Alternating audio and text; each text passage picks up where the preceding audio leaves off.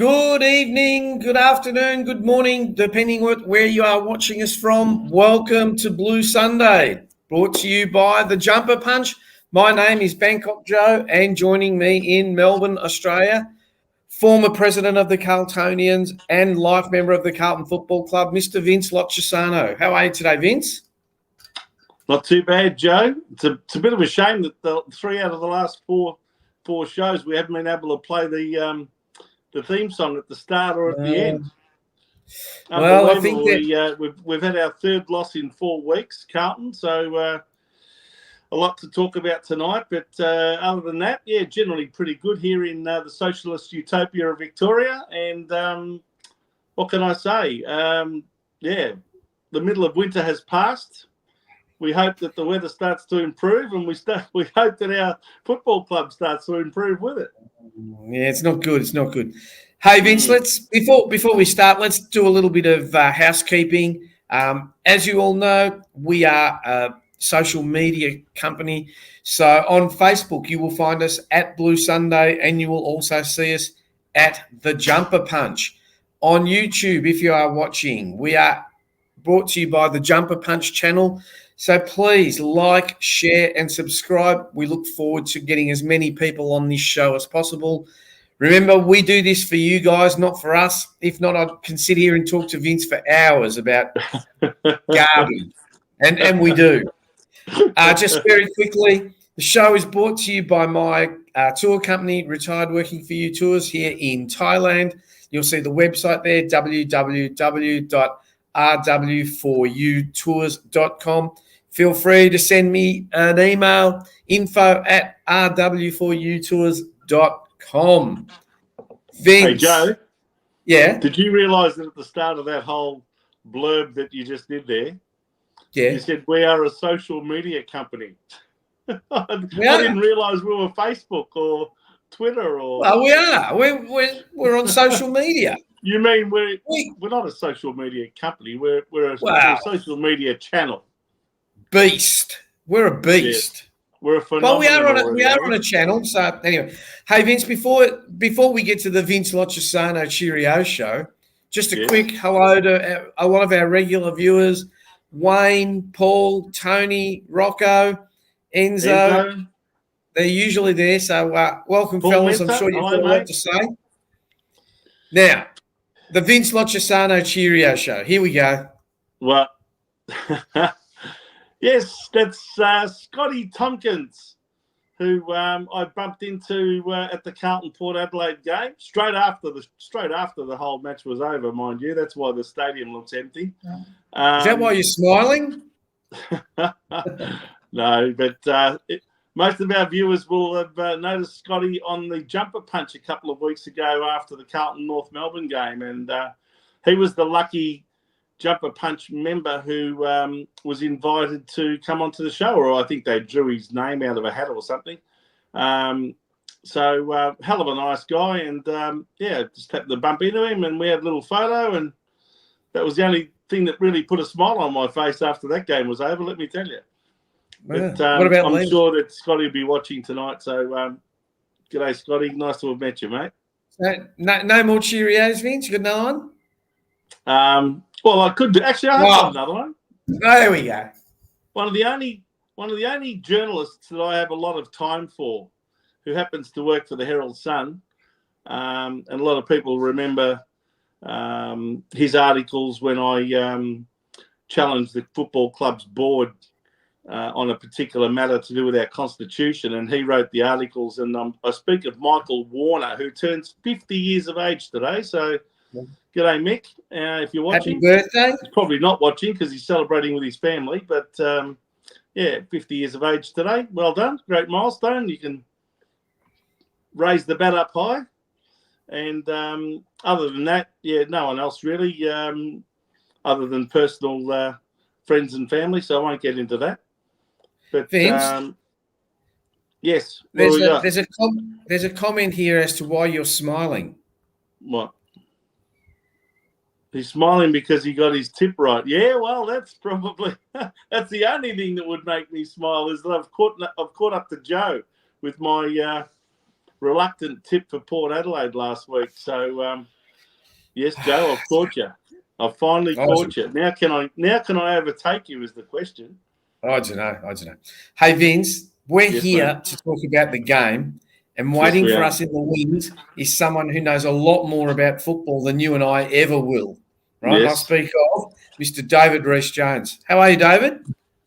Yeah, I'm not too bad, actually. Watching the Olympics, we've had a little bit of success there, so at least Australia's doing well anyway. We got off to a great start. But, bit disappointed after getting out there and having a good look at the team on Friday night. And I mean, people kept talking about our 31-point lead, but we were very lucky to be that far in front, to be honest. I mean, they must have hit the post, I think, 4 or 5 times and missed some easy shots at goal. So we're lucky to be in, that far in front anyway. But I did like the way we attacked them and the pressure we applied, especially early in the game. But fell away dramatically in the second half. And, Port Adelaide were able to do what Port Adelaide do, and they got their nose in front.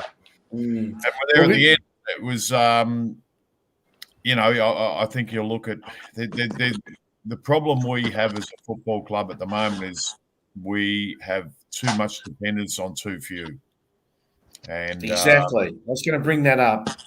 Yeah, it's we're Cripper, Walsh, Wieders, Curnow. Mackay didn't play, which was a big loss for him to go out of the team. I mean, take two tools out of the team, DeConning and Harry Mackay didn't help us. But I didn't think we played all that smart either. I thought, playing Kemp on Radaglia was a disaster, really. I mean, he was just too big and too strong, and I couldn't understand why Lewis Young was sitting down the forward line doing bugger all. And, at least he would have had the size to be able to compete with Radaglia. And I thought that move needed to be made a lot earlier. And we've got a few blokes in there who are just probably not quite up to it. If they're not playing their role, then they're bloody useless, to be honest. So it's that's a matter of fact. I mean, you've got to look at what we've got out there at the moment, and I think they've got to sum up things. I was very surprised, with the VFL team not playing this week, that Jack Martin wasn't at least the sub or something. If he was a sub, he would have played nearly the whole game anyway, with Cunningham going off. But I just thought that if he's going to play finals, and I think he has to for us to be any good, then we need to get him in the team and get him, ready. He's played a couple in the VFL. Having a week off footy, not good. I don't think it's going to do him much good, and he needs to get to start playing AFL footy and getting up to speed with that. We'll get a few more comments, but Vince, if you'd like to go through the scores and some stats. Yes, absolutely. We see the scores there. The final scores being Carlton 9-11-65 to Port Adelaide's 11-13-79. As you can see, both sides scored a couple more points than they did goals, but I guess it was really a tale of two halves, because Carlton played pretty well for the first half and very poorly in the second. And Port Adelaide were a lot more consistent for the majority of the game. And that's where they ran over the top of us in the last quarter, and we didn't seem to have any answers. You can see there that it was a pretty keen tug of war in the first quarter, both sides having their opportunities. We kicked the first goal thanks to Charlie Curnow. He also had a hand in a couple of other opportunities which weren't taken, like Cottrell's brain fade, where he decided to try and get around his player on the mark and then hand passed it, then got it back, and then almost kicked a goal but missed it. Port Adelaide got a couple of goals during that quarter to have a slight lead at quarter time, 2-2-14 to 1-4-10. And then we really put put our foot down. They got the first goal of the second quarter, but then we slammed on 7 in a row, and it looked for all money like we'd just run away with this game if we could keep that up. But then I think they got one late goal. It might have been around about the 29 or 30-minute mark of that second quarter, and that brought the margin from 31 back to 25. And I even thought at the time, there's another one of those red time goals that we concede that could come back and bite us. And it certainly would have given them a little bit of impetus going into half-time that they'd kicked that goal and got the margin back to somewhere near 4 goals. And, in fact, it was 25 points at half-time. And then they came out and got a couple of early goals in the third quarter. I think we got one, which in fact was our last goal of the game to Matthew Kennedy. They got the margin back out to 4 goals, and then they got a couple of late ones to get back to within 10 points at three-quarter time, 9-8-62 to 7-10-52. And then they just kicked 4 goals to nothing in the last. We just did not fire a shot. And it was 4-3 to 3 points. And a 10-point deficit became a 14-point winning margin for Port Adelaide. And, very, very disappointing performance in the end by Carlton, I thought. Vince, there we can see the majority of the stats that told the story. If there are any particular categories that are not up there, it probably means that they were very even between the two sides. We try to highlight the ones where there's a fairly significant difference. You can see there that they had more of the ball disposals, 300 and is that 52? Yep, 352. I think it's 352. It's in red at the moment. I can't see it too well. To 326 to Carlton. And, that was both kicks and handballs were in Port Adelaide's favour there. Contested possession, that's something we don't normally get beaten at, but they beat us 154 to 139.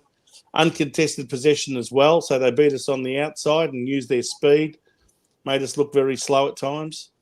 Marks, they outmarked us 86 to 75, although marks inside 50 were pretty similar. I think there was a dozen each there. Marks inside 50. The 12 marks were not marks inside 50. They were contested marks, I should say. Marks inside 50, they did beat us 13 to 9, which I guess told a story with Harry missing. We were relying a lot more on Charlie and other forwards to take marks like Kennedy. But they had a big beast called Radigalia who was taking marks, and so was Georgiadis. So they beat us inside 50 with the marks. The hit-outs also. Jordan Sweet had the better of Mark Pitnet for the night, 50 to 38. Clearances, they also not only got the hit-outs, but they got the clearances as well. 43 to 33, including 13 centre clearances to 6 and 30 stoppage clearances to 27. So they certainly won the ball around the packs. Tackles, they also out-tackled us, even though they had more of the ball. 91 tackles, a pretty decent tackle count, isn't it? Including 17 tackles inside 50 to Carlton's 73, and only 7 of those were tackles inside 50. And then inside 50 entries, they beat us with those as well, quite convincingly, into the 50s to our 45. And the biggest lead of the game, well, we saw that just before half-time, we had that 31-point lead before they got that late goal. And from that point, from when we had that 31-point lead, Port Adelaide outscored us by 45 points for the rest of the game and ended up winning by that 14-point margin, which was their largest margin of the game. So there you have it. The major goal kickers, of course, were Charlie Curnow with 3, Matthew Kennedy with 2 for Carlton.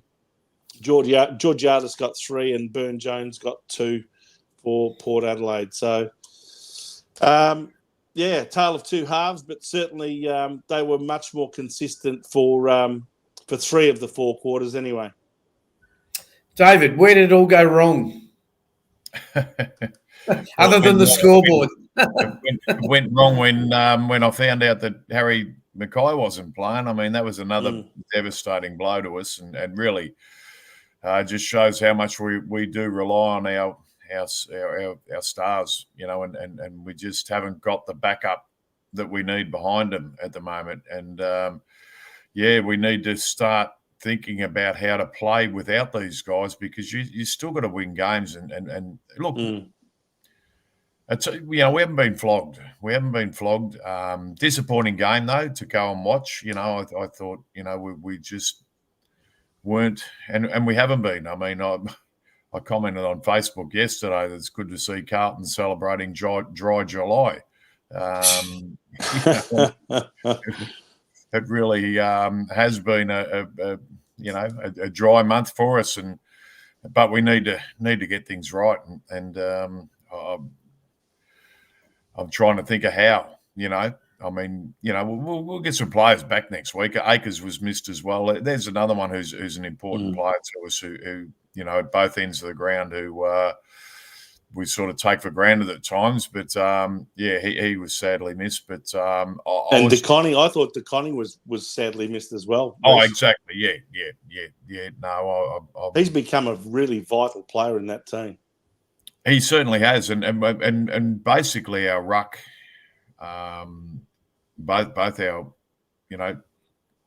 probably if we are looking forward, I don't think Pitto's going to be part of it, and I think it's going to be DeConning and Harry Mackay who'll be doing the ruck work when they're right. So that's our best ruckman, our best ruck combination out. I can't understand some of the moves. Chera playing on a half-back flank just doesn't make any sense to me. I mean, he's got to get in that midfield, and that's what he was recruited for. He wasn't recruited as a backman, and he's being played out of position. And I just don't think we're smart in the box at the moment. I think we get out-coached at times, and teams stretch us. With height. I think even the week before against North Melbourne, they put the big blokes down forward and really tried to stretch us and almost beat us. So we're going to combat those things, and I think we try and play pretty football too. I think we try and I'd like us to be a bit more chaotic at times. I think a lot of players need to look at the stats. And look at what how many times they're touching the ball. They're just not getting the ball enough. We've got a number of players who, week in week out, just don't get enough of the ball. And we talk about Fogarty and his pressure, but he's still got to kick goals. He's still got to get the ball. He's got to do stuff with it. I mean, Motlop down there just flashes in and out and goes missing for a lot. Owi's a bit the same. Durden when his play's been the same. Got a lot of players who just don't. Fantasia saying. Yeah, they don't touch the ball a lot, and it's you've got to get yourself in. I mean, I remember Wolsey used to say, don't walk off the ground doing nothing. I mean, we all have bad days and that, but just do something. And as they say on the Jumper Punch, Reece, it may not be your day, but at least make something your moment. And well, that's it. Get off. It might be a tackle. It might be a shepherd. It might be a smother. Get off the ground and at least say you've done something, or a tackle, putting a bloke on a stretcher. I mean, geez, that's. But that's that's it. I mean, do something. We all have bad days, but do something. But no, we've been out of sorts for 4 weeks now, and we've got to get back into that winning feeling. I mean, I don't know how we're going to turn it around. I mean, hopefully we get some quality back in next week. Hopefully Harry plays and Akers, we get those two back. I'd seriously put Jack Martin in, even if you're going to run him as the sub and ease him back into football or whatever we have to do. Start giving him some minutes out there though, and build on that, because we're going to need him come September if we're going to be there and be a serious part of it. So I think that's where we've got to be at the moment. And a big blockbuster against Collingwood at the MCG sounds like the sort of game that Jack Martin would just come straight in and make some sort of impact, you would think. Oh, he'd make a statement. Yeah, he's a quality player, so he's going to do something. But that may be as a sub too. It may have to be.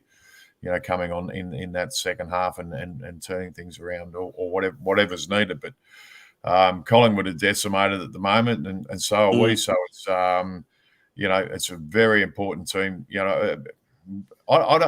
We've been blessed though. I mean, we get beaten and we're still sitting in the 4. I mean, we've had a horrible month sitting, and we kept the second spot for how many weeks, and played terribly, and we lose another one, and we're still in 4th position. So from that, the games around us are helping us, but you look at the back end of the season, we've got a good opportunity to really stake a claim for top 4 spot, and we shouldn't miss it when you look at who we're playing. I mean, decimating Collingwood this week, we should beat them.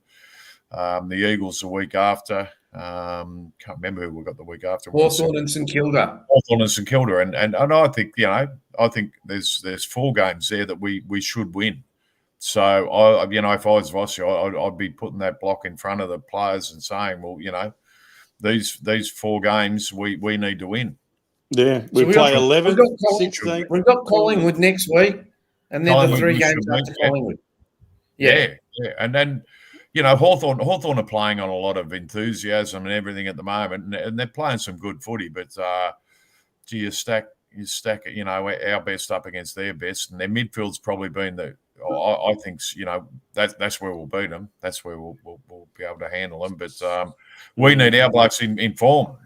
We need our Cripper. He's been flying for a number of weeks, but had a little bit of a downer on the weekend, I suppose, and while she's obviously playing injured, I think there's no doubt about that. That he's just and being at the match, watching him run and watching, it's just not the same bloke as what I was seeing early in the season. So he's not covering the same amount of ground, and he looks like he's labouring a bit, doesn't he?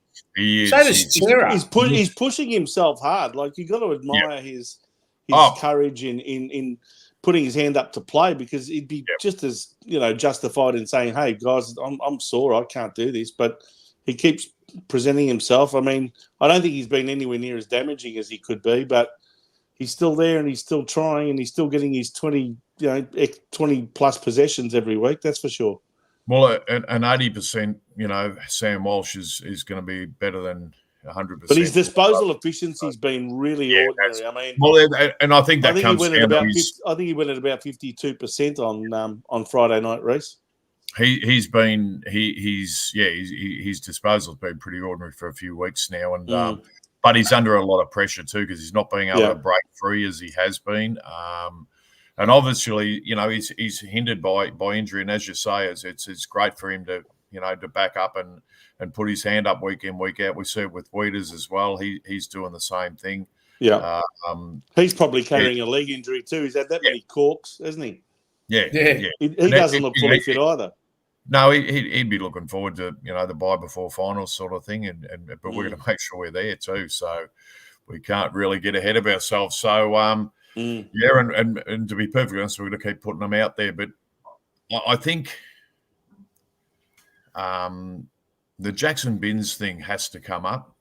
I mean, him not, having 47 possessions a week before, and we've got players out of form, and instead of, dropping or whatever, you put Chera on a half-back flank and try and, I just can't understand that. And I think, but even Boyd was listed as an emergency. Surely, if you're looking for a half-back flanker, you'd play Boyd ahead of Chera on a half-back flank. You'd think so. Well, yeah, you would, but that's assuming he's fit. But Chera's just got to go in the middle. He's a quality midfielder, and he's. They've actually been playing him on the half-back flank, Reece. That's that's the point I'm making. That's not his position. He's never been a defender.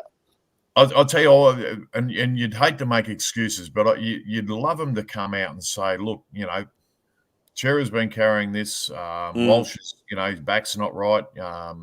Weir's carrying a leg injury.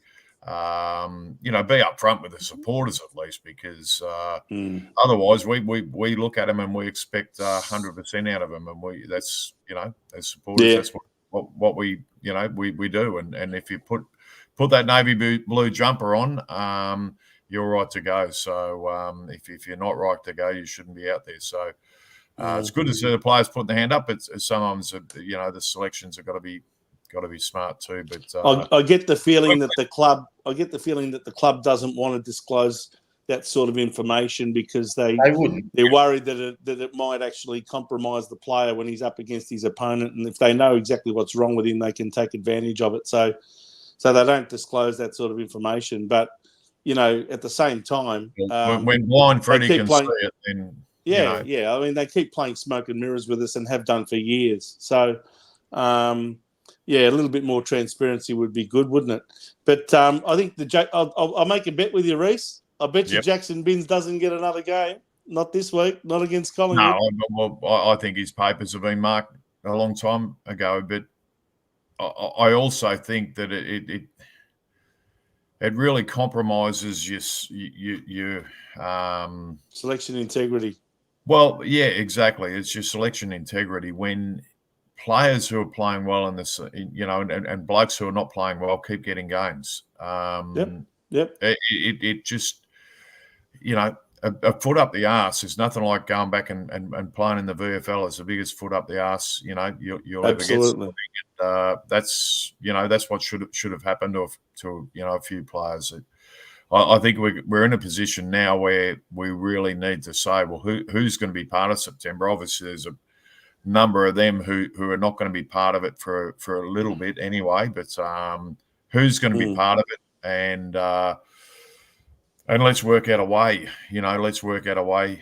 We're going to do it because Charlie Curnow won out in that forward line. I mean, I've probably been a little bit critical of him over the last few weeks, but seeing him live and seeing that they're double, triple teaming him and the blocking and the and people complain about the free kicks he gets. Well, they're there. The free kicks are there because they have blokes back there hanging on, blocking, doing all these sorts of things, and you've got to do that to the champions of the game because they'll tear you apart otherwise. But you get a lot of supporters from the hashtag free kick Carlton sort of thing goes and drives me mad because the free kicks are there. I mean, the free kicks to Charlie Curnow, they're so obvious. I know, that's what gets me. And, so you can't say, well, that wasn't a free kick. And he only got it because he's Charlie Curnow or he plays for Carlton or whatever. And he they really do. I think every team puts a lot of work into how they're going to combat Charlie Curnow and they come out and quite often we're triple teaming him and I'm thinking, well, where are our blokes? Where are our other two blokes? They just passengers along the way or whatever. It's just we're not getting enough out of the rest of the players. And I looked at the stats and where you sort of look at the bottom. I brought up a few and it really did. You sort of look at. I'll just put my glasses on here. You sort of go. You go from the bottom up, and Cunningham, didn't have much, but you go another injury. Fogarty. I think that's the end of him. I'd say he's played his last game. Cunningham. Yeah, it's sad. He's injury prone, and he's only on the 1-year contract. He's done his shoulder again. We've got too many of them, Yeah. Fogarty had 11 possessions, Motlop 7, Chincotta 9, Owies 6. Jack Carroll 9, who played most of the match when Cunningham went off. And then, the output of Lewis Young, what do you have, 11 possessions or something? It's not enough. It's, Kemp sort of. He's frustrating. He's a terribly frustrating player. And I was saying at quarter time, I was with Jimmy Buckley and my daughter, and I'm saying I can't understand why Lewis Young doesn't go back and Kemp goes forward. At least he's going to go for a mark. And if he drops a mark down there, it doesn't hurt you as much as what it does when he goes for his marks back in the back line and drops them. So he doesn't know how to punch. He never punches, Kemp. He tries to outmark everybody, even from behind. I'll tell you what, we've got and just on saying that we have got the best defender in the AFL by 100 miles, a bloke called Jacob Wiedering, who just makes the right decision every single time. He knows when to punch, when to mark it, and where to punch, even where to punch it too. Yes, I mean, that is another thing. We have blokes who punch the ball back into the square and just dumb footballers at times. So. We're paying a price for it, but we really need players back. It's as simple as that. We need our stars back in there, or we're really going to struggle because any more injuries, we're history. It's really carved us up. But a couple of better. I thought McGovern was good back there. I thought he was really good. He put his body on the line a couple of times and went really hard at it. And unlike most of the others, his disposal efficiency was actually very high in comparison. Yeah, and he's a beautiful kick of the footy. He makes he's another one who's copped a lot of criticism for his disposal at times too, because he's made some poor mistakes. But I think that's part of him, growing as a backman too, and he's a quality footballer. So, but we just need another tall back down there to help. I got no doubt the recruiting staff, if they're half smart, will be looking at any tall defender coming out of contract at the end of this year, and we need a bit of quality back there, and Footscray they're getting rid of Rory Lobwen as a forward. You might be able to grab a bloke like that, and we did it with Liam Jones. Throw him back line sort of thing. So there may be a bloke who's who's out there who can change. I mean, we recruited both Kemp and McGovern as forwards, and they're both playing in defence. So yeah, you can get blokes back there. So, but we need that height. We're just lacking height back there, except for Wieders. What did you make of our midfield, Reece? I mean, in recent weeks, we've criticised them as not working hard enough, not preventing the ball from being pumped into our defensive line and the opposition's attack enough, and making life pretty hard for the defenders. How did you line up the two midfields on Friday night? Well, I would have loved to have seen Cheerio in there, because at half time I actually said to Jimmy, I said Ollie Wines and Travis Spoke are the two I'd be worried about at the moment, not Butters and Horn Francis. Yeah, Horn Francis and their skipper. Or Rosie. Yeah, Rosie. But so they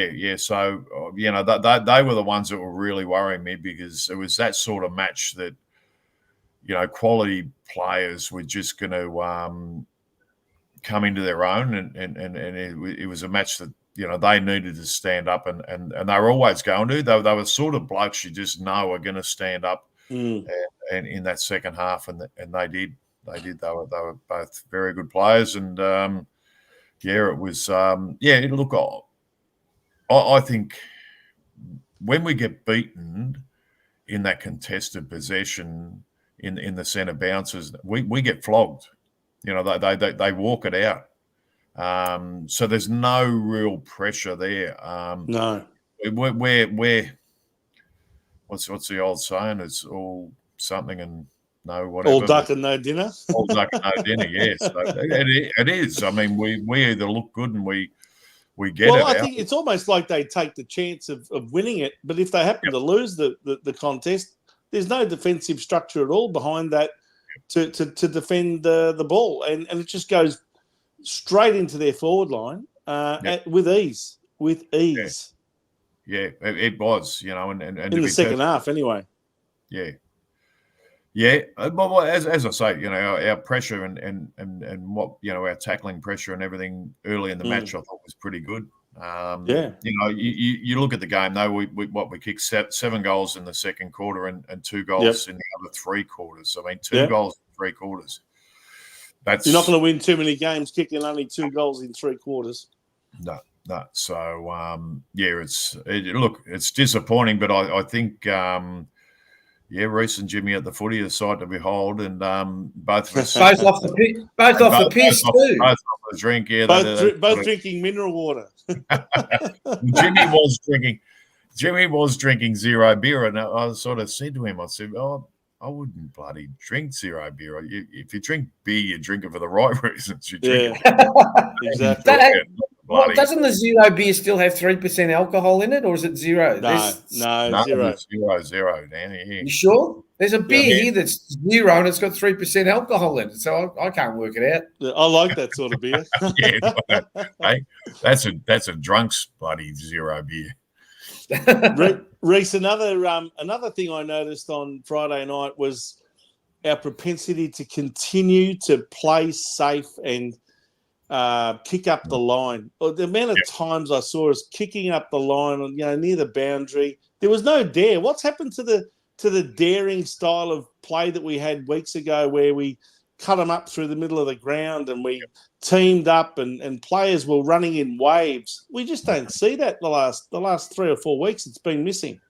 And that's what I think. I think we're going to play, especially when we try and be pretty. We try and be nice and, get it down the line. And then we've got the big blokes down there and we'll just put it on a platter for them. And it's all just going to work nice and happily. Well, sometimes you got to get, hard goals, just kamikaze stuff, just blokes running at the football hard.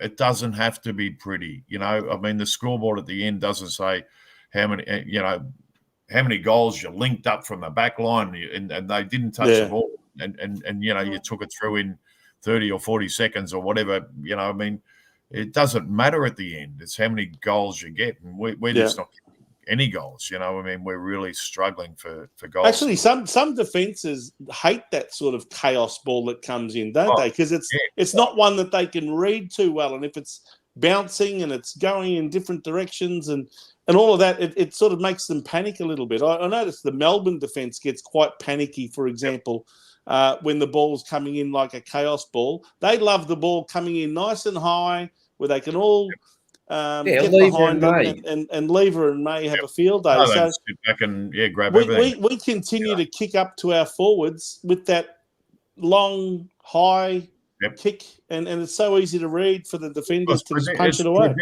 It's predictable. We play predictable football, and we don't go any other way. We haven't, I think someone said before about Vossi not having a B plan or a C plan or anything, and it seems to be that way because sometimes you just got to say, well, look, throw the rules out the window and let's just have a real crack. Let's just don't worry about anything. Just keep the ball going in our direction. Run in numbers. It doesn't have to look pretty. Just get it down there and get it in our forward line. Keep it in our forward line till we can score, and then put the pressure back on the opposition. It's just simple stuff. I think you just got to go back to basics and go back to simple stuff and not try and be too fancy with what we're trying to do. Yeah. David, can I ask a question? Why do we continually kick to the opposition defender? Aliir should have had a Carlton jumper on Friday night. Especially in that last quarter. Christ. Yeah, but that's what I'm saying. They sit players back there and then all of a sudden they're getting Charlie into a position where he can't get to it, and we've got no one else who can contest there. So we play dumb football, I'd call it. Very dumb football, all right. But we've been doing it all year. Yeah, and you've been mentioning it. Well, it's because we've got those big blokes down there, and they keep thinking, well, we just got to get the ball. Well, fair enough. If they're in a one-on-one, I would back them every single time, get them in there.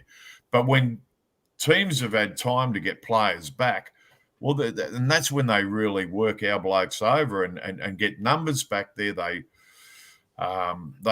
block a bloke like Charlie or Harry when he's there, from getting to the ball, and you can do that legally. Sometimes they do it illegally and they get free kick for it, but you can do that legally, and teams are getting smarter about how they restrict but put the ball out into space. Put it into space out in front of them. Make them run and chase and get it. Just don't bomb the ball up on top of them. Just kick it. I just don't get it.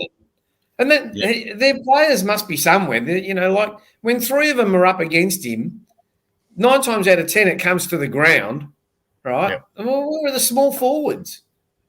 Just wandering around. Look, put the ball up and out in space so Charlie can run to it. I mean, no one can stop him then. Yes. We need to create space and get the ball.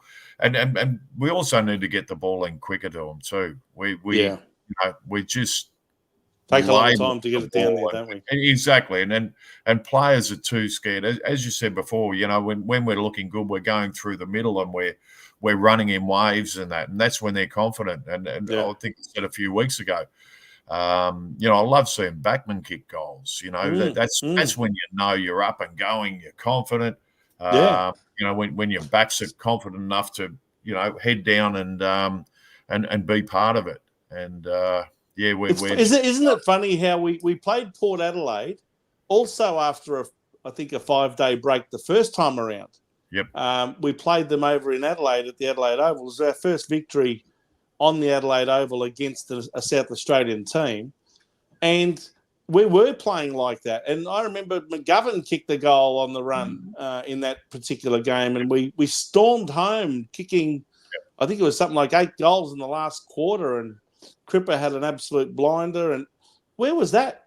Where was any of that sort of I don't know if the 5-day break. Now, you can't say the 5-day break had an effect on our team this time around. Last time it was a 5-day break as well, and yet we finished like champions. So why the difference? I'd be interested to see if Andrew Russell's got any explanations for all this. Well, yeah, but you look at our teams and we're 4 and 5 changes every week. Yeah, that's it's a significant part. Hardly a settled team, is it? Hardly a settled team. We just can't get settled and can't have a settled, and that's where I think from here on in. We need to, Vossi needs to say, he needs to just look at it and say, these are, if we can have them all ready and available, this is how we'd have it. And then, but he's not going to be available for this, and then work it out after that and just, just play the players who he wants in there and who are going to be part of it. And, we've seen over the last few weeks, Marchbank, Durd and Lewis have all had an opportunity. Marchbank probably... Why didn't he play this week? Now, last week he was a last-minute withdrawal due to illness. Now, what sort of illness is it? He's gone for another week? Yeah. I don't believe for a minute that whatever illness he had last week has kept him out this week as well. Well, I think it's an emergency, wasn't he? So he wouldn't have been... No. He wasn't even an emergency. No, not even named. Okay. Well, so why was he a last-minute withdrawal last week and still doesn't play now? Well, and that's where it becomes frustrating for supporters because you don't know. And they don't tell you. He may well have an injury and there may be a reason why. And sometimes you think, we don't really need to know. But it does become frustrating because you're saying, I'm saying to us, we need to find another tall backman within the next, what have we got? 4 weeks. 2 weeks. Over this 4-week period, we need to find another bloke who's going to be stable back there, who's going to be a rock and going to be able to handle the tools.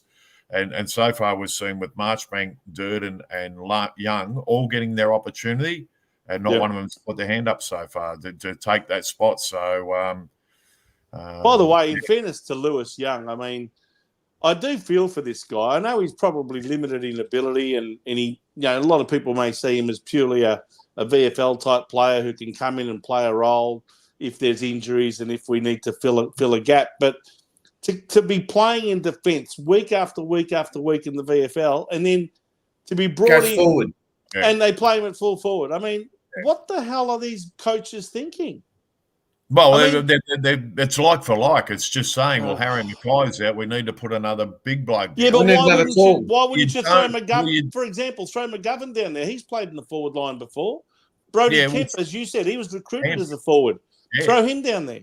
Well, Kemp would have been the one I would have, and especially after quarter time. I mean, I would have made that move straight away. Just get Kemp down there and give us something else. But something a bit different. But then you've got to play a bit smarter and a bit different too.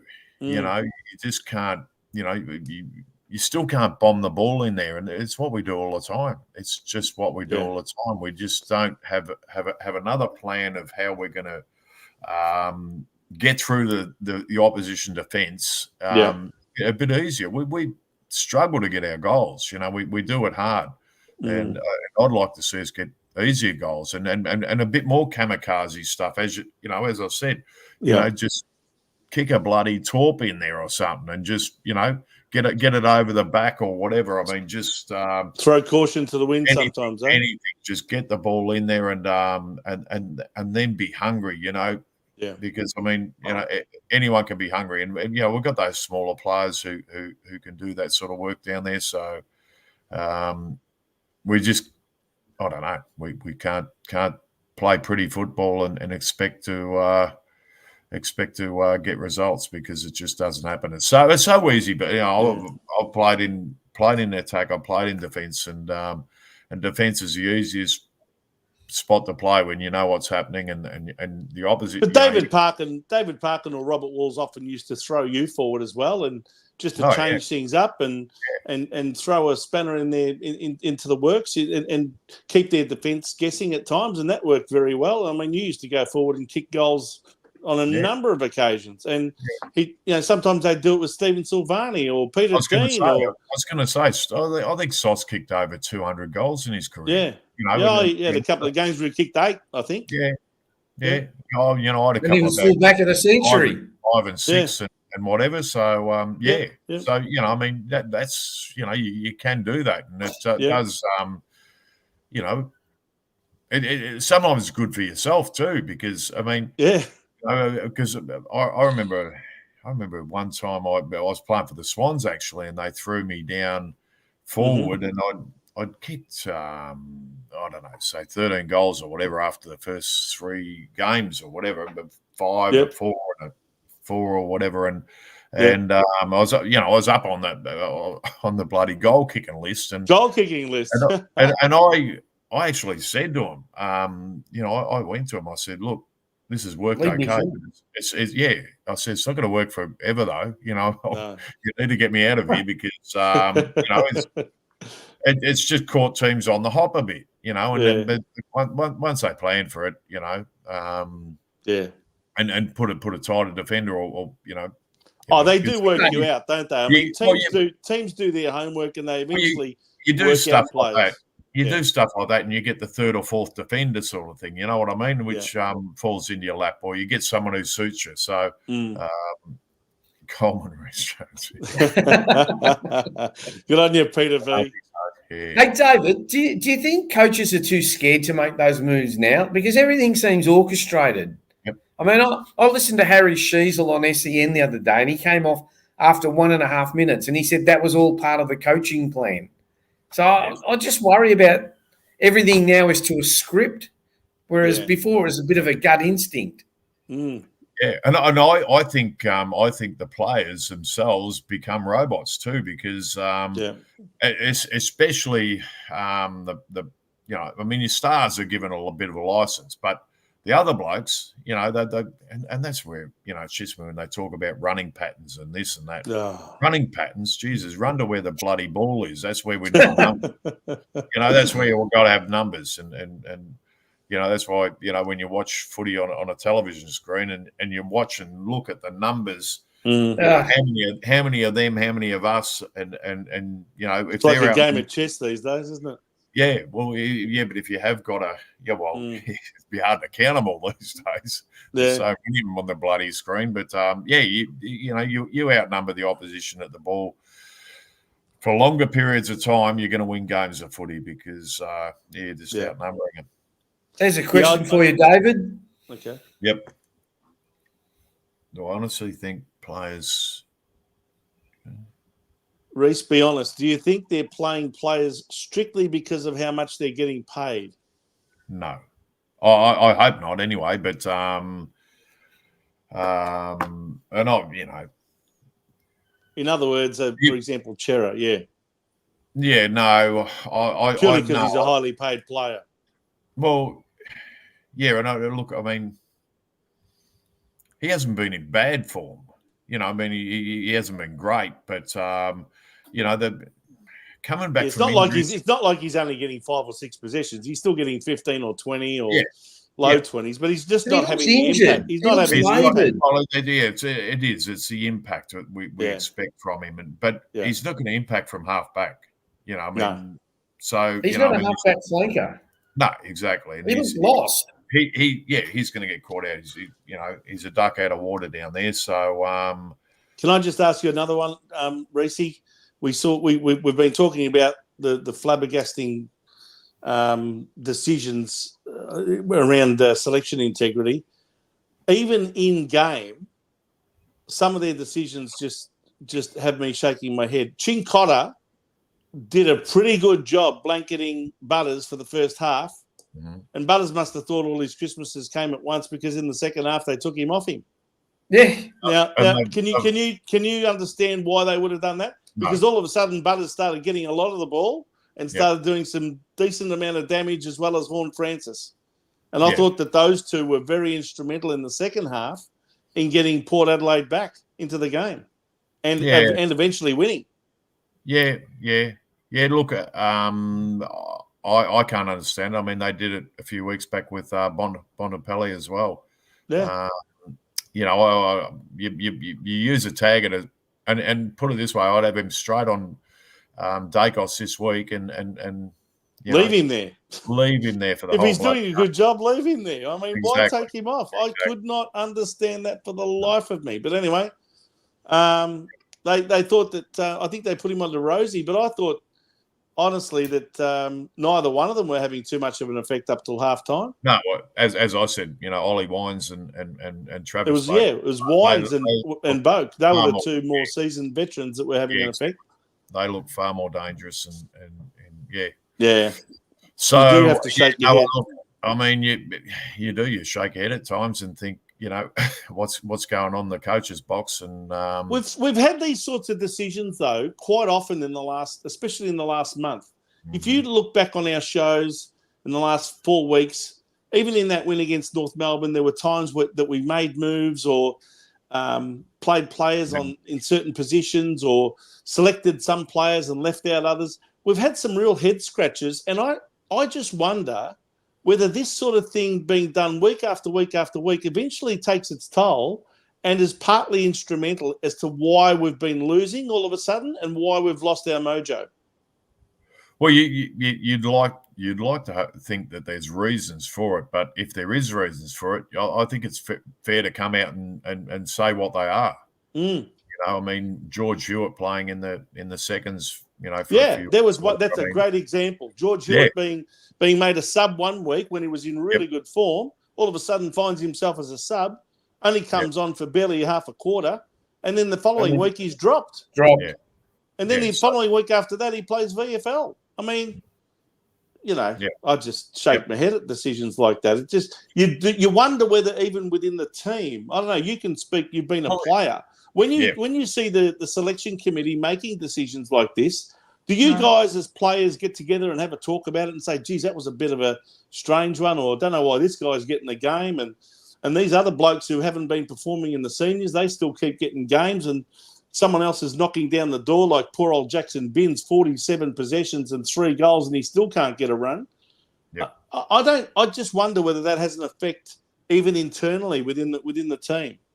Oh, it certainly would, and players want as much as you want consistency, and especially if you playing on a back line or playing on a forward line or playing in the middle, it's a lot better when you got the same blokes around you, consistently, and you're going out week by week, and you know what you're going to get.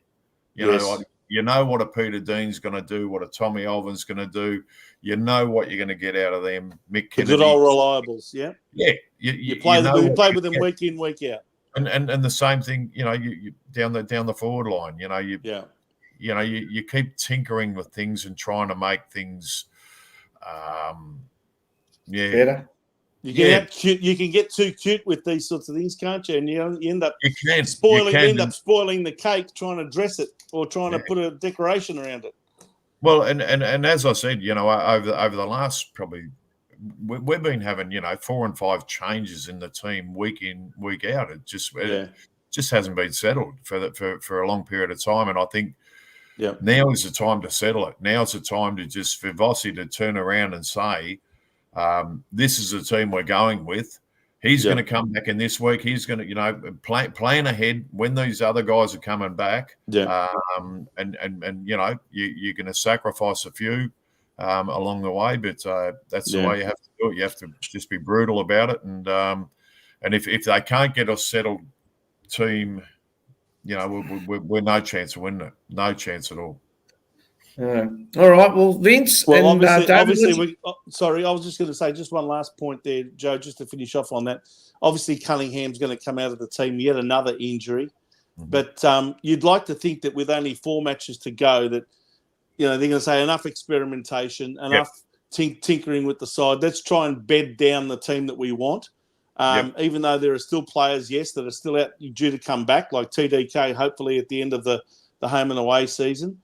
But let's try and get the players that we identify as the ones that are in our best 23 in the team and let them play the next 4 weeks and get some continuity and some consistency going. And that's what I'm saying. The players who are coming in now, they're going to stay. They're not in for a week and then out again because you can't have those sort of players coming in. You need the players who are coming in. So hopefully we get Akers back next week. We get Harry Mackay. Who was the other one you said then? Well, I said that Martin Cunningham would go out. Martin. I said Jack Martin could come or back. Or Jack Martin coming in. So obviously guys like Lewis Young would probably be sacrificed. Coming in, injuries outside, you're just going to say, well, this is who we're going with. And as they're coming back in, they're staying. Yeah. They're staying in there and they're going to be there till the end, where the end is.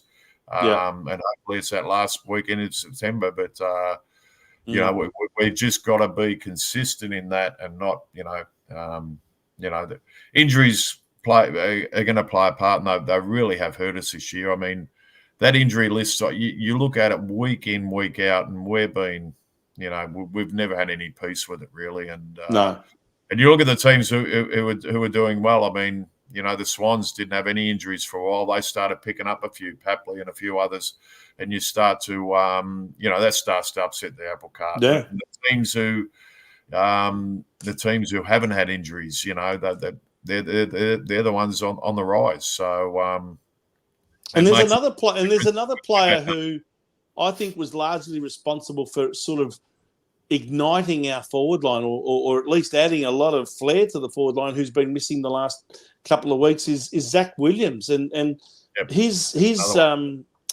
presence in the forward line's been sorely missed in the last 2 or 3 weeks, I reckon. Yeah, well, and the people we're talking about, they're all quality players. Yeah, Martin, Zach Williams, they're the quality. I mean, we recruited them to the club, to do a job. And the reason, unfortunately, and whether it's been McGovern or Williams or Martin or these guys, they're just not there long enough. They're just not in it long enough. But this is a time we need them. And Zach Williams is out for a year. Is he out for the year? Is he? I thought he had sort of 3 to 4 weeks on his injury. Funny, yeah. I thought he might be 3 or 4 games left. I thought no. Well, that was the original. I mean, again, you don't know whether you believe everything the club tells you, but I thought his initial injury was sort of like a 4-weeker, 3 to 4 weeks, and I thought he might have only been maybe now a couple of weeks away. But who knows? You'd like to think that they're going to come back even before the finals, Reece, because coming back for a final is a huge jump from being out for over a month, isn't it? Whether you're Zach Williams or Tom DeConning, coming back just for a final, it's a heck of an ask. Well, and that's where you'd only do that with a quality footballer, who is going to make a difference in there, and who is going to draw an opponent who I mean, I think that's one of the things you start putting Jack Martin, Zach Williams in good form. I'm telling these blokes need to be in pretty good nick as well. You're really going to start stretching the opposition defence and make them start wondering, not only about how to combat Harry and Charlie. You've got some other weapons down there as well. So that's what we need. We need some other weapons down there at the moment because we do. All right, boys. Too predictable otherwise. Let's sum up. I'll start with you, Vince.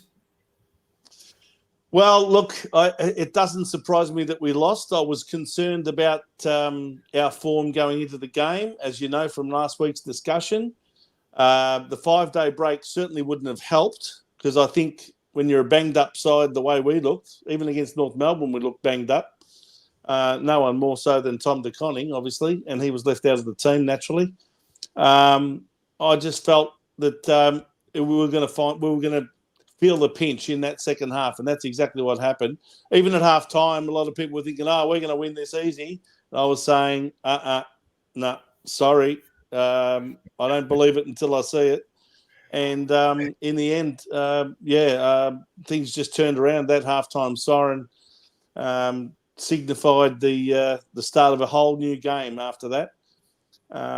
It's a very disappointing loss. It's cost us a top 2 position. I can't see us getting top 2 back, honestly. Now, some people might think we're going to win the last 4 games. I don't believe that's the case at all. But, gee, we're going to need to find some form before the finals. Otherwise, I know it's a whole new ball game going into the finals, but you'd want to hit the finals in a little bit of form, at least the last couple of games. You'd be wanting your better players to be, looking the goods. And I just think that we're not looking like a team that's coming good at the right time of the year. In fact, we're sort of threatening to fall off the cliff a little bit at the wrong time of the year. So an opportunity against Collingwood, against the old enemy coming up this week, and that'll always bring out that little bit of extra endeavour, no doubt. But hope so. You can only hope so, but we're not going into that game with the same level of confidence as we would have a month ago. Collingwood's also got their fair share of injuries, but toss of the coin job this week. And I think the way Hawthorn's going, I'd be very, very, very concerned about that game the week after. But anyway, I thought that we're doing our votes shortly, but yet again, it was another game where too much was left to too few. Mm-hmm. Yeah, I agree. David? Yeah, no, exactly. And while I think we will win our last 4 games, I'm going the opposite way. I think we really can. I think we've got a decimated Collingwood team coming up, and we should be able to handle them. But it's going to be good to get some players back. We really need Harry and Blake Acres and a few others back in there. And Mark Yankovic is available. We need to be smarter about the way we play. I think we need to, it's going to be a huge match this week, and it'll show us really where we're at because we should beat Collingwood. We should beat them. They've got quite a number of players who are out at the moment. I'm not too sure if they're getting any back. They only beat Richmond today by 26 points. Yeah, and Richmond are on the bottom of the ladder, but they probably put the queue in the rack a little bit in the second half of that last quarter. I think they were up a good 40-something points at one stage, so I think they had a pretty comfortable win. It's going to be a massive game, and to be perfectly honest, try and get some tickets for it because they're like hen's teeth at the moment. We've had that many phone calls over the last. We could find it's a home and away record. It could end up breaking that 94,000 mark. It'll be the highest home and away record. Crowd on record. Yeah, and we're going to need the Carlton supporters there with their voice and. And if any team's going to get us up, it's going to be Collingwood. So there's we love spoiling their parties, don't we, Reece? Well, yeah, and there's no excuses. Really, no excuses next week. So it'll be great. Did you play in that game that they celebrated their centenary in 1992? Because that was your last season for Carlton. We played them on a Wednesday night. I remember it at the MCG in 1992. It was their centenary, and we beat them. And that was only 4 days after we'd got a shellacking by Footscray the week before, and everyone thought that Collingwood were going to, comfortably win the game. It was their centenary, and we absolutely spanked them. Do you remember that? Yeah, no, I didn't play in it. Oh, you didn't play? Okay. Playing it, so well, you might remember the game though. Interrupted the last few. Interrupted the last couple of 2 years. We also spoiled their 125th in 2017, if you remember. Yeah, I remember that one as well. Yeah, and Peter V. Bluebag has just said exactly the same. I was just looking at the comments here. Well done, Peter. We're on the same wavelength, mate. All right, let's get to the vote. If we can't, sorry, David. Yeah, no, I'm just going to say if we can't get up this week, Look, I've gone with Charlie Curnow. I thought he really did.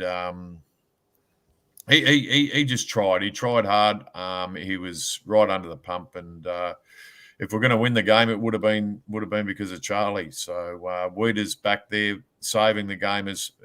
And I've thrown Mitch McGovern in for the one vote because I was really impressed with his defensive work back there, and especially early in the game, ran straight and hard. The thing I liked about him was he a few times he really ran straight and hard at the ball, and that's what you want to see from bigger, stronger blokes sort of thing. And so he got the one vote there. Vince. Isn't it amazing? I put my votes in for this game and every other week pretty early to you, Joe, and I never tell Reece what I've put in, and it's amazing how often they're pretty similar. Reece eventually gives me his, and we send it to you. But Charlie Curnow, yes, I thought he was absolutely magnificent, really, on Friday night. I think you couldn't have asked more from him. He presented. He took marks, he kicked goals, he gave them away. He even did a clever little kick. Looked like the ball was going to go out of bounds at one stage, and he quickly threw his boot at it, and it went to Cottrell, and Cottrell took the mark. And rather than going for a shot for goal, he tried to get around his man on the mark and stuffed it all up. But it just goes to show how clever Charlie Curnow can be at times. And for all of the criticism he's copped in recent weeks, including from me and from others, I thought he really stepped up when he needed to with Harry out of the side. And, I thought he was clearly the best man on the ground for Carlton. Jacob Wiedering, magnificent game.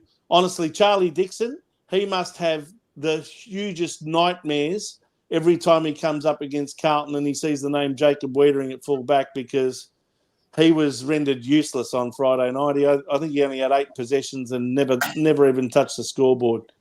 He's clearly the best backman in the league, and if he doesn't get all Australian full back this year, there's something dramatically wrong.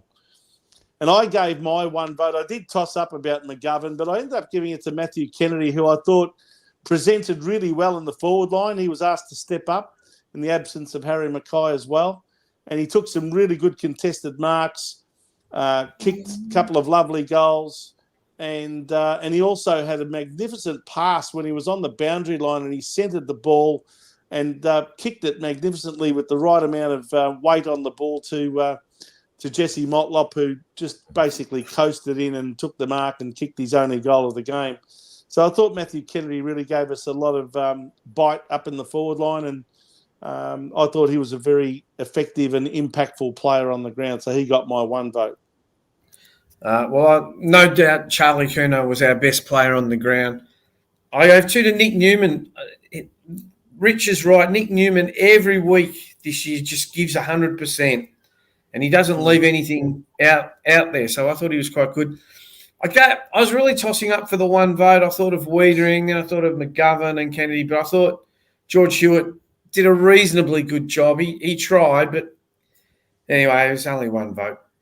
So here's our leaderboard. Isn't it sad that no one Wiedering got some, but Cripps didn't get any, Walsh, Harry didn't play, and Tom's not there. So anyway, Patrick Cripps is still way out in front from Sam Walsh. Harry McKay, Jacob Wiedering, and Tom DeConning. And now it is time for David to give us the Spirit of Carlton Award. And this week it goes to David. Well, I've given it to a bloke who I've given it to him for his courage for actually getting out there week in, week out, and that's Sam Walsh. It can be a little bit detrimental, but I love the way that he's obviously injured. He's playing injured, and I think he needs a spell at some stage. So. They've really got to look at that, and I think that West Coast game may be the one that they're looking at and just saying, well, have a rest. Let's not fly him all the way across and all the way back, especially if it is a back injury that he's dealing with at the moment. But just for putting his hand up week in, week out, I've given him that award, and obviously, he's playing nowhere near his best at the moment, but he's given his all for the club, and that's all you can ask of a bloke. That's all you can ask. Next week, boys, Saturday night. It's a massive game. It is a massive Rumble game. In the jungle.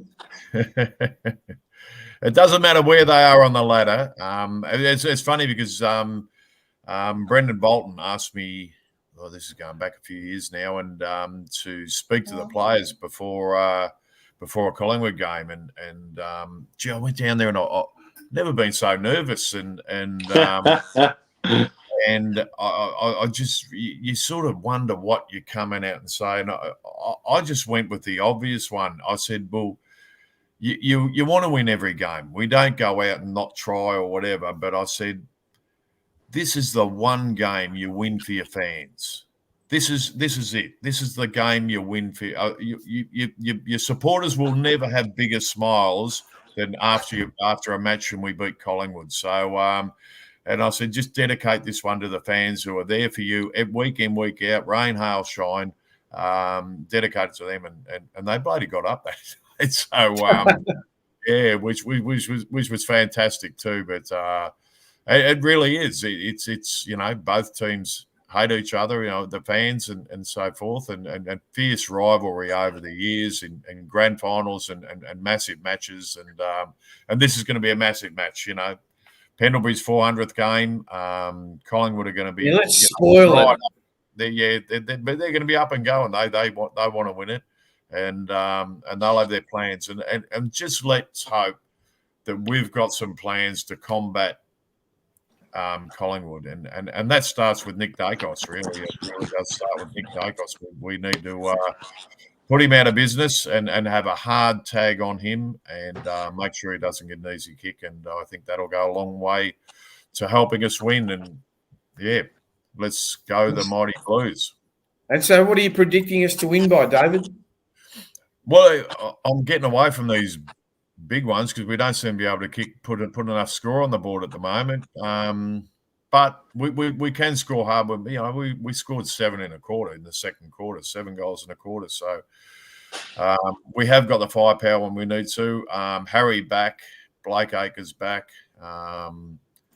Maybe one or two others. But the only players I want to see coming into the team now are players who are going to stay there. And so it'll be interesting to see who they do select and not select. And 15 points. Nice. There you go. Vince, you're equal with me now. Come on. Tip Collingwood. I dare you to tip Collingwood. Look, I won't talk about the game. I think it'll be a classic Collingwood-Carlton game. They normally are. I'm going for Carlton. I think assuming Harry's going to be back and assuming Acres is going to be back and assuming Marchbank's going to be back, and maybe even Jack Martin included in the side, I think that'll be a big injection of class compared to last week's eventual team that took the field.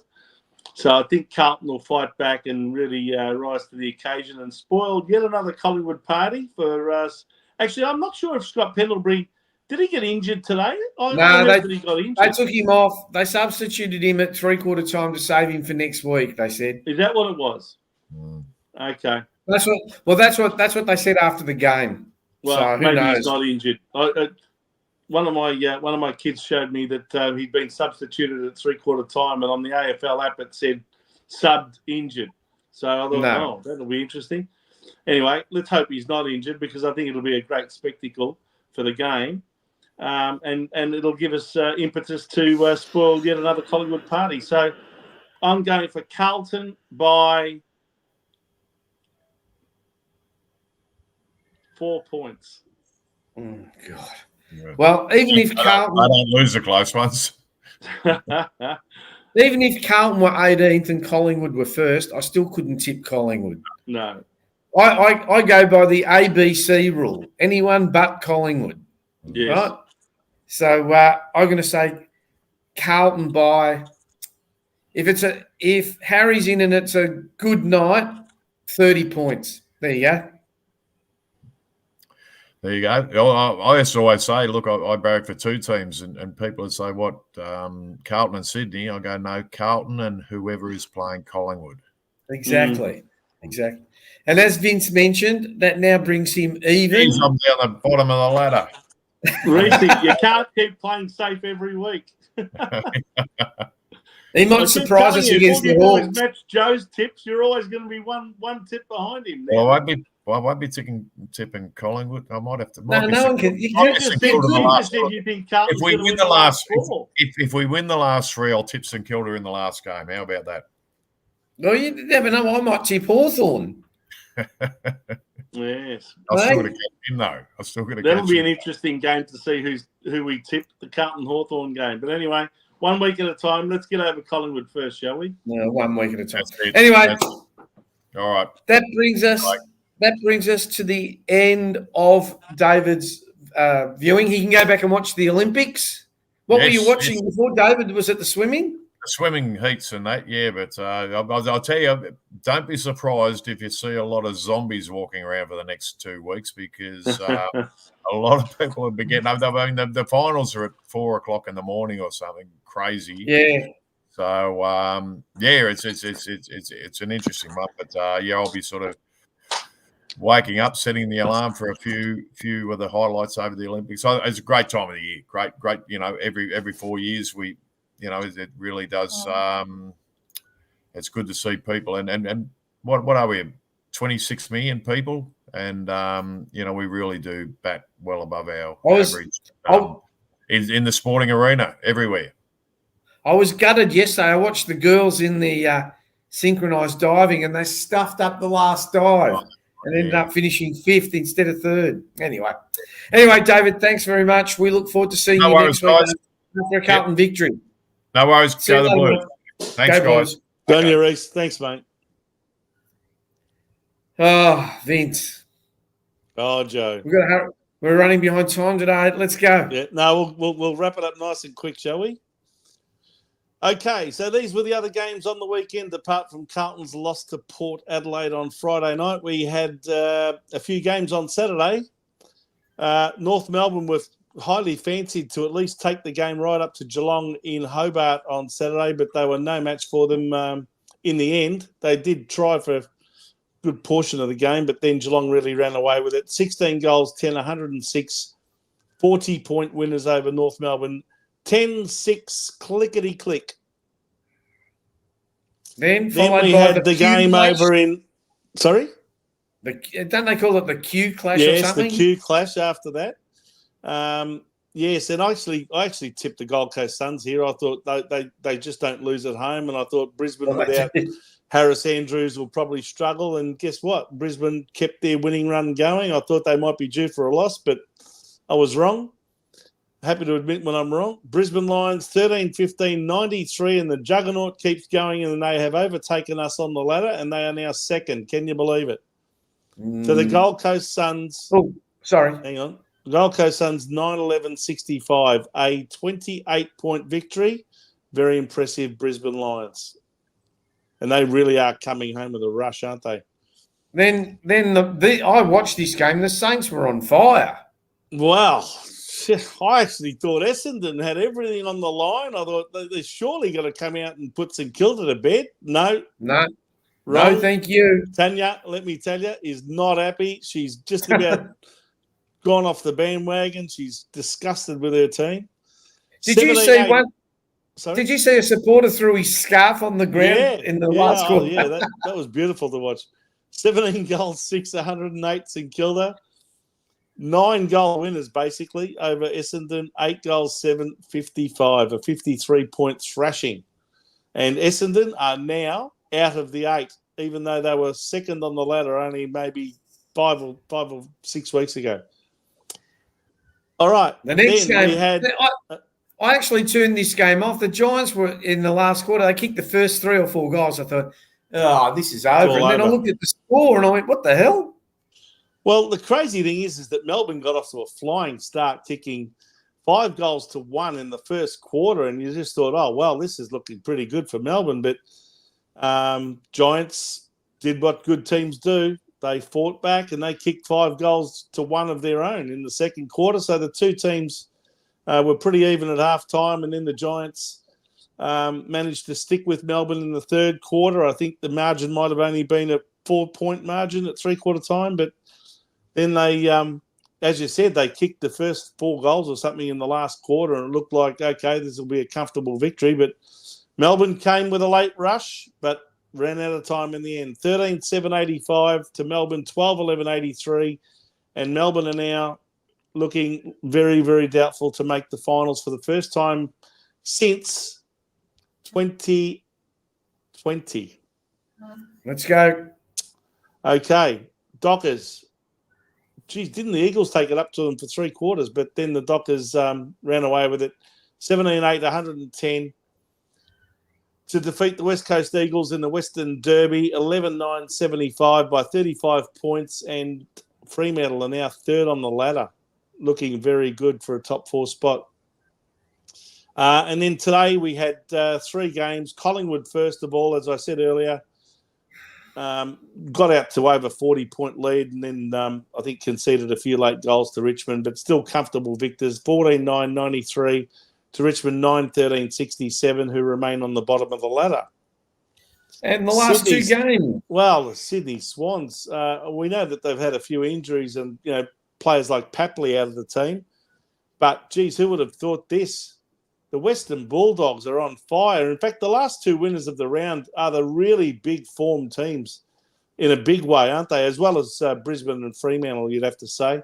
They're the 4 form teams at the moment.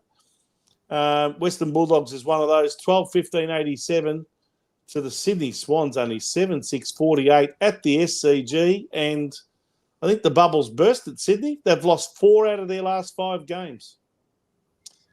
Be interesting to see where they finish up and who they end up playing in the finals. Then you've got the last game where it was a bit of a tussle for a half, but then Hawthorn, again, just absolutely motored away. 19-10, 124 to Adelaide Crows, 8-10-58, and the Crows are now lamenting in the bottom 4 on the ladder. Okay, let's get to the ladder. Very quickly, Sydney on top, still 2 games and percentage. Did I say 2 games and percentage? 1.5 games, I should say, and percentage ahead of Brisbane and Fremantle, who both have very healthy percentages of their own. So Sydney wouldn't want to take it too easy in these last 4 weeks. They've really got to start getting a couple of wins on the board. Brisbane and Fremantle now overtake Carlton into 2nd and 3rd positions, respectively. Carlton drops to 4th, clinging on. Hang on, where are you? Clinging on to our position in the top 4, only on percentage now, to GWS, Geelong, and Port Adelaide, who are all within striking distance if they have a couple of decent percentage boosting wins, and we happen to fall over. We wouldn't want to lose another 1 or 2 games because our position, even in the 8, might be questionable. Western Bulldogs have now gone into the 8 with their win today, and they're in on 44 points and a pretty healthy percentage. They're only 4 points behind those other 3 teams. And Hawthorn also on 44 points, only just out of the 8 on percentage. Essendon drops out now on 42 with a very poor percentage of just 95. Melbourne and Collingwood both on 10 wins or effectively 10 wins and 9 losses. They're both under the pump to make the 8. They'd probably be the last 2 teams that could realistically make it.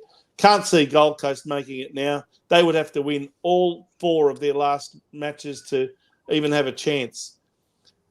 And St Kilda's climbing up a little bit with their recent victories. They're up on 32. Adelaide now dropped to 4th last on 30. And then the last 3 teams are well and truly behind the others on 12 for West Coast, North Melbourne and Richmond both on 2 wins each. Very interesting, Vince. Very, very, very interesting. That ladder is really chopping and changing every week, isn't it? It is. It is now time for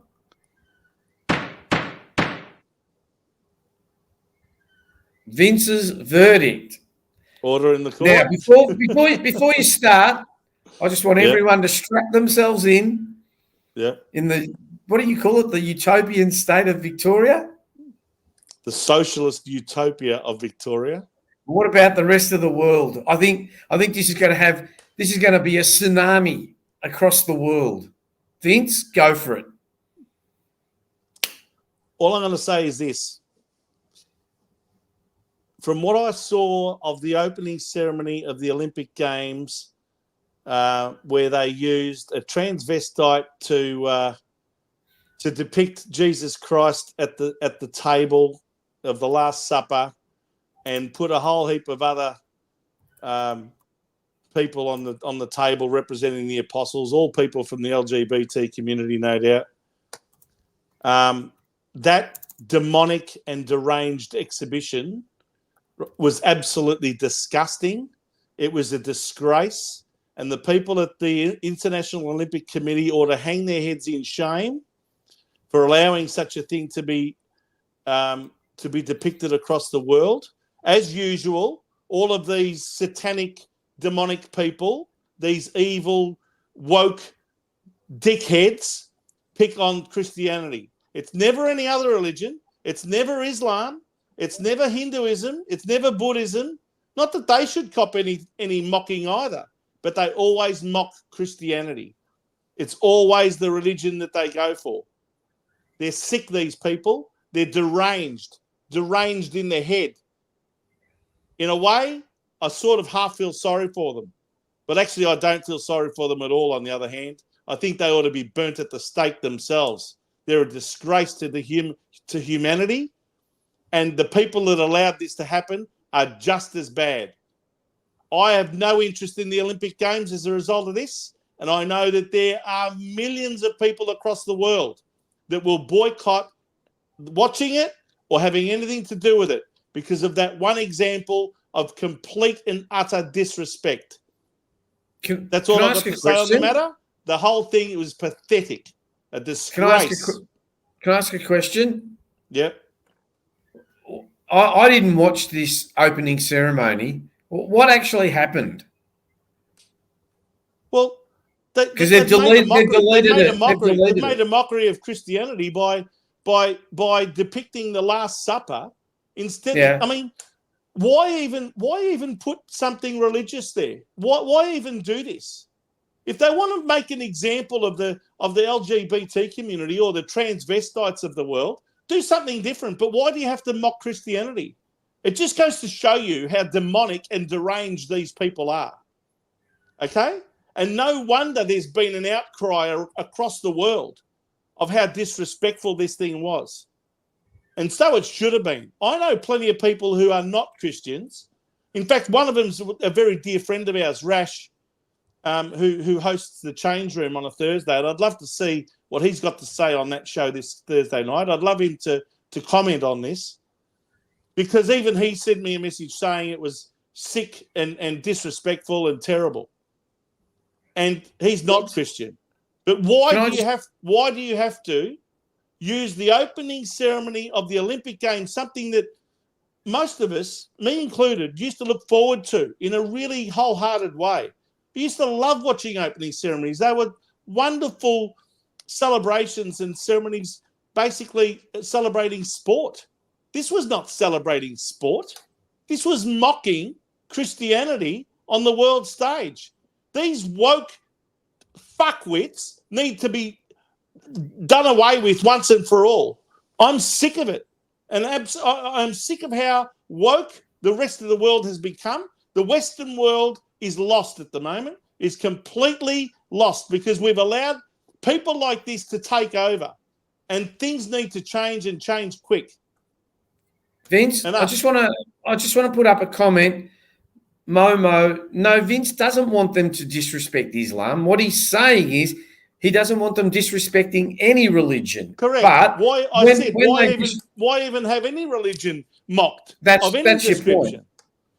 Interestingly, though, can you imagine if they did mock Islam? Can you imagine if they did mock the Prophet Muhammad? Imagine imagine what retribution the Islamic people, and there's millions of them now in France, thanks to immigration. What would they do? You'd have another one of those Charlie Hebdo situations, wouldn't you?